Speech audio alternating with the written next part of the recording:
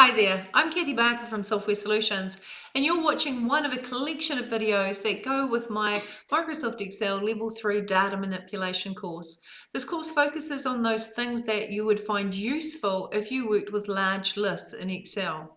Check out some of my earlier videos where we've looked at macros, we've looked at advanced filtering, we've looked at if statements and database functions, named ranges, and so much more. In this particular video, I want to show you a feature called Subtotals, which not enough people know about and is a real time saver. Let's start by using the Excel 3 file that accompanies your course notes that I've saved as Excel 3-1. And let's start by going to the sheet called Database. Okay, so here we've got a list of forests and some treatments that have been carried out in these forests. Now, what I'd like to do is insert a row at the foot of each forest, and I'd like to add up the area treated column. And so most people will set about doing that manually. Well, that's where the subtotals button comes in. If you click in the list somewhere and you go to data in the ribbon, to the hard right, you'll see a button called subtotal, and it's really good. Click on the subtotal button and it immediately highlights your list, so you don't have to highlight it. I'm going to say at each change in forest, so as each forest changes from Hurahura to Kainarua to Maratiri, then I want to use the function not count, but the function sum.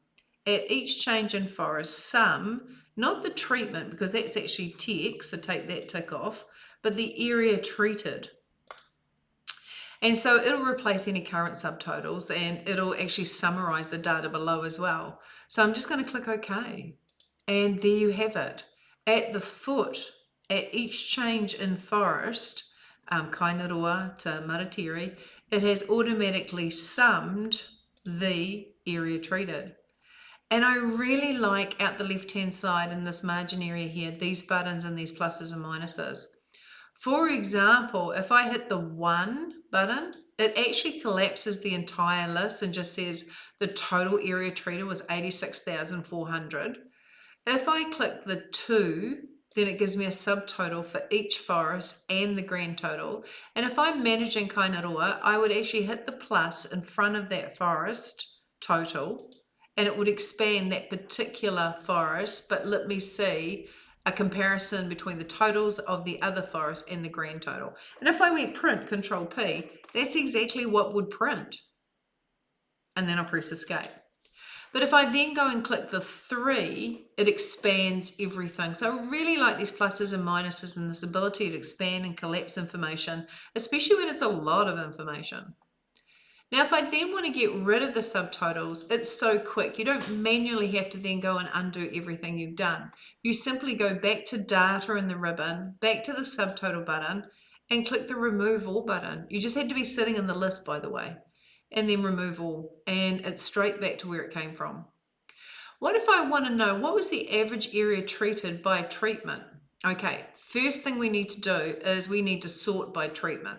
We were lucky last time because the forests were already sorted, but click somewhere in column G. Up here in the data tab, click the A to Z button. That will put all the aerial spraying, broadcast releasing and fertilizing treatments, etc. all together. So we sort first of all by treatment. Then we go to subtotal and we say, okay, at each change, not in forests, but at each change in treatment, use the function not sum, but average. And average the area treated, and okay. And that is the average area treated by treatment. Fantastic. And if I hit the 2, I can collapse it all. And if I'm sort of looking in on a particular treatment like fertilizing, I can hit the plus and expand it, and I can get a breakdown. Fantastic. If I want to remove it, click somewhere in the list, go to subtotal, go to remove all, done. If I want to put it back to being sorted by forest, click somewhere in column A and hit the A to Z button.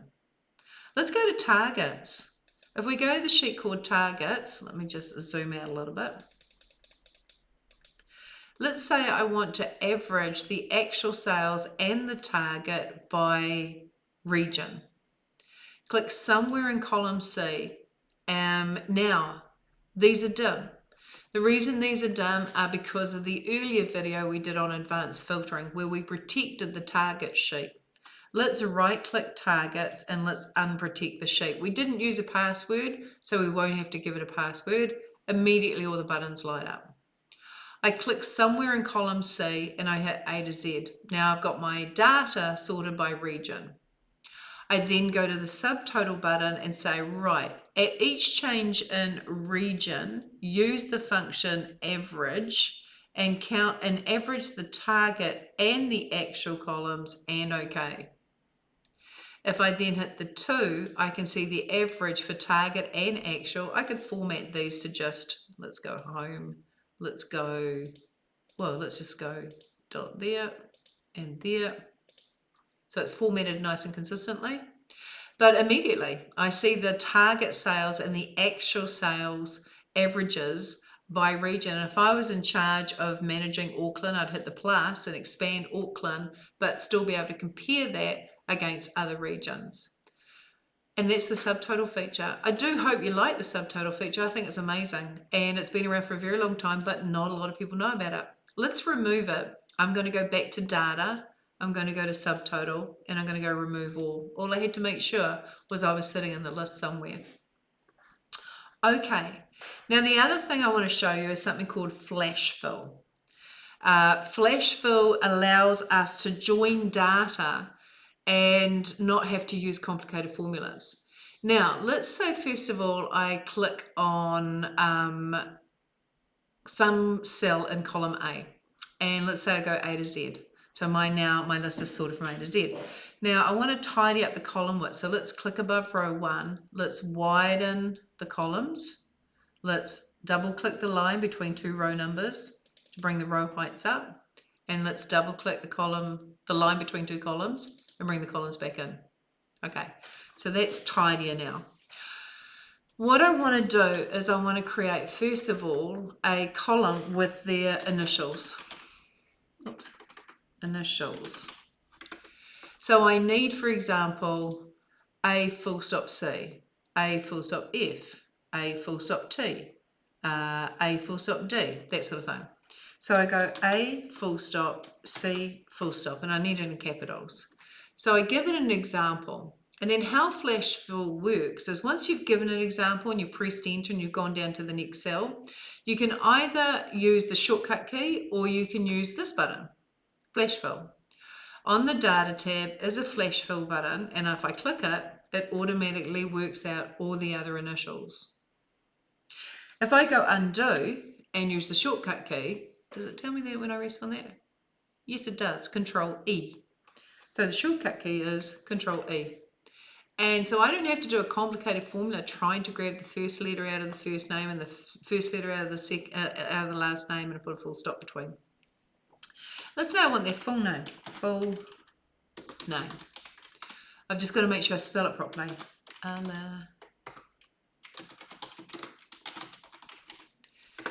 You type an example. You come down to the next cell. You press Control E and it automatically does all the others. Really, really good. If I want to know what department and region they're in, then I would type production dash Te-Puke. Type what you want, press Control E, and it'll do all the others. You don't need to use complicated concatenate or concat or ampersand functions. If you're just wanting to quickly fill the data down, it might work that out using flash fill, that button there on the data tab. So I do hope you've enjoyed this collection of videos so far. Please like or subscribe. We are working through the data tab. I hope you're enjoying it so far. My name is Cathi Ka kite.